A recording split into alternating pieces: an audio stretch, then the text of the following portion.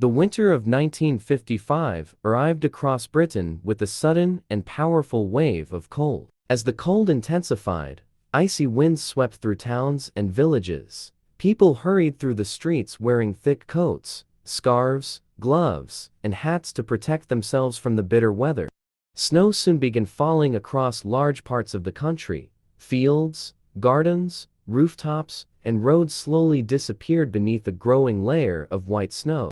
The roads became increasingly slippery as snow turned into layers of ice. Drivers had to move carefully, while pedestrians struggled to walk safely along frozen streets. Inside many homes, staying warm became a daily priority. Families gathered around coal fires, trying to keep at least one room comfortable while freezing temperatures surrounded their houses. The extreme cold began affecting ordinary household routines. Water pipes could freeze, windows became covered with frost, and even simple morning tasks required extra effort. In rural areas, farmers faced another serious problem. Deep snow made fields difficult to cross and complicated the task of reaching animals and providing them with food and water. Transportation was also beginning to suffer. Snow-covered roads slowed buses and cars, while icy conditions created delays for people trying to travel between towns.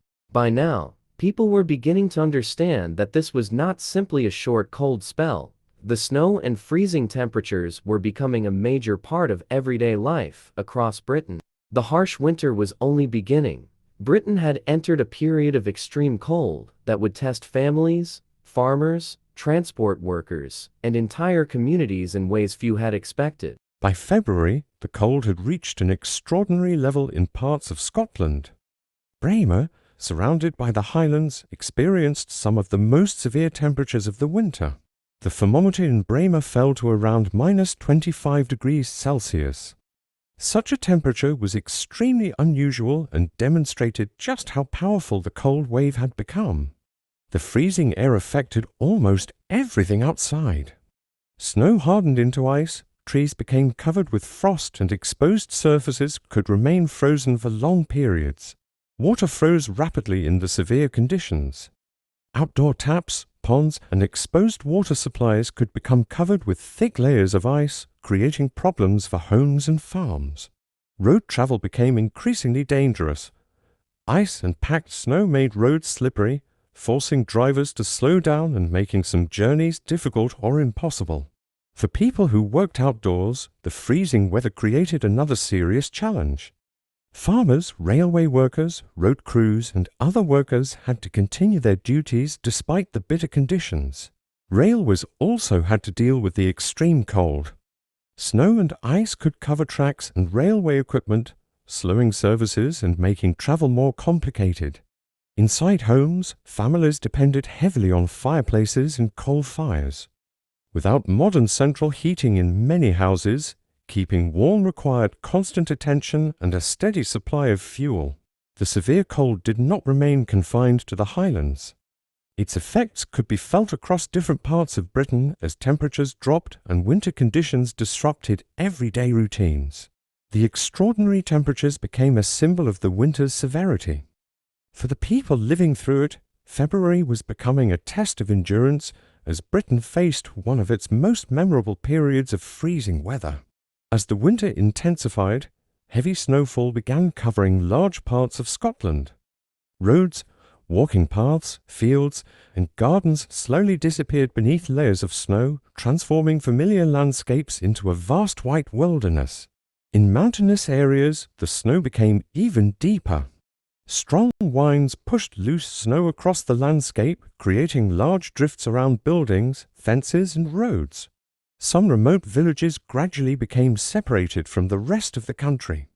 Roads were buried, telephone connections were difficult to maintain, and normal transportation could no longer operate reliably. Cars and buses struggled to move through the frozen conditions. Drivers sometimes had to stop when snow became too deep, leaving vehicles stranded on roads that had once been busy routes. For families living in isolated areas, waiting for help became part of everyday life.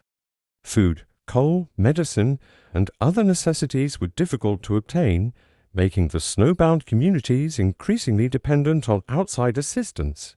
The snowfall created enormous snowdrifts that surrounded some Scottish communities. In several places, the entrances to villages were almost completely blocked by accumulated snow. Some snow walls became so high that ordinary cars and trucks could not pass through them. Even experienced drivers found it difficult to navigate the buried roads. The isolation created serious concerns about supplies.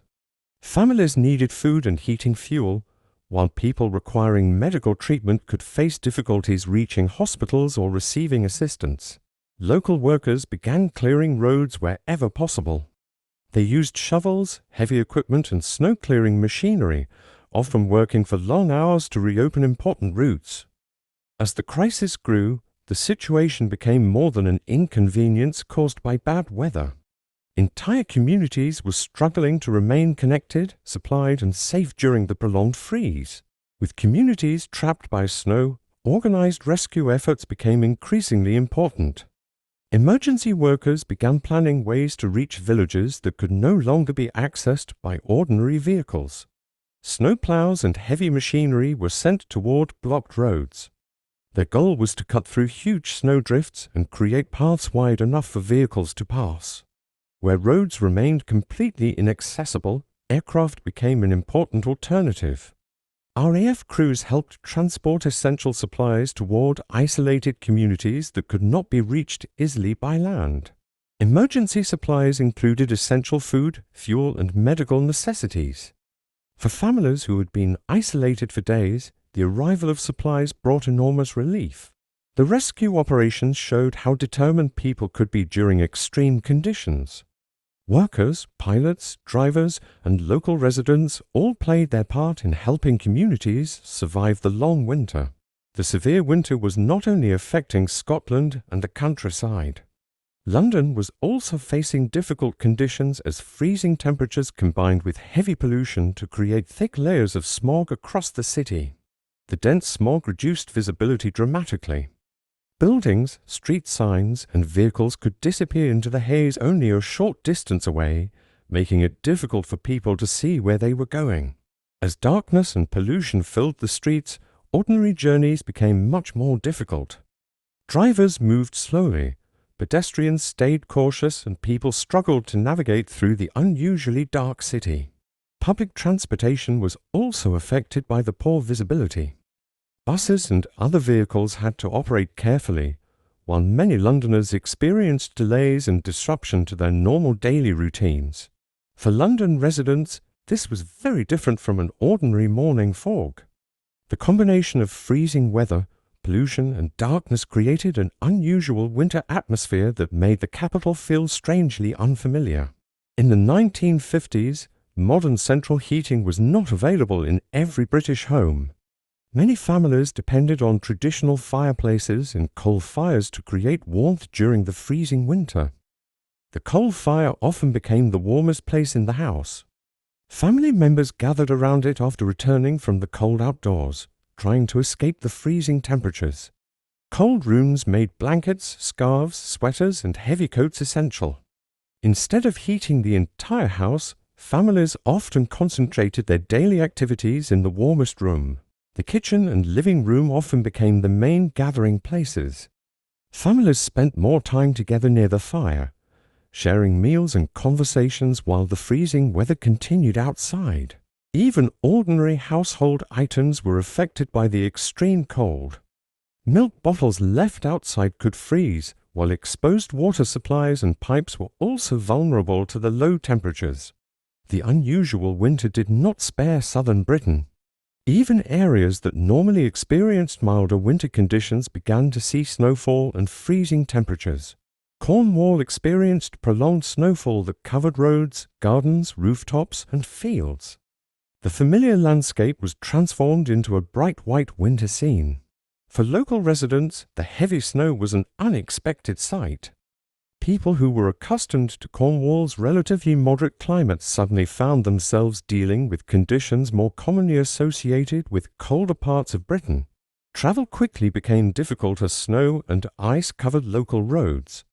Buses, cars, and delivery vehicles faced delays, while local workers struggled to keep essential services operating. The snowfall in Cornwall was another reminder that the cold spell had reached far beyond Scotland. From northern villages to southern communities, people across Britain were experiencing an extraordinary winter together. Despite the difficult conditions, people across Britain began helping one another. Neighbours checked on families nearby and made sure that people who were struggling were not left alone during the severe winter.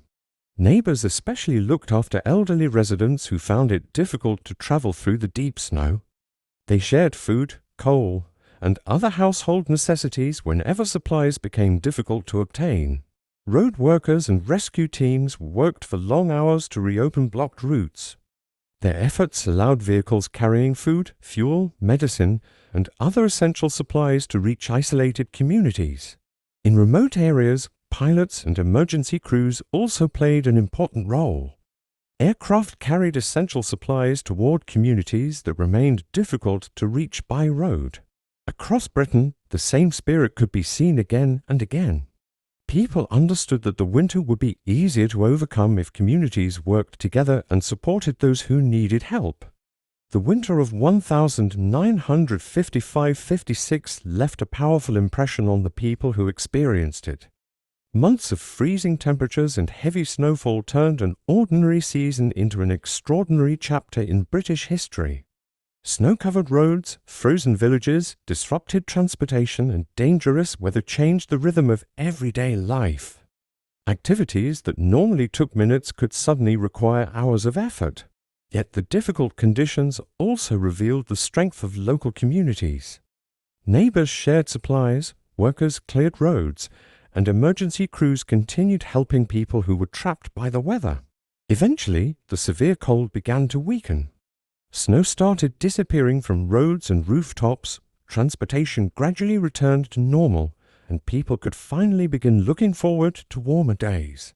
For those who lived through it, the winter remained a powerful memory for decades. It was remembered not only for the freezing temperatures and enormous snowfall, but also for the way ordinary people came together when their communities needed them most.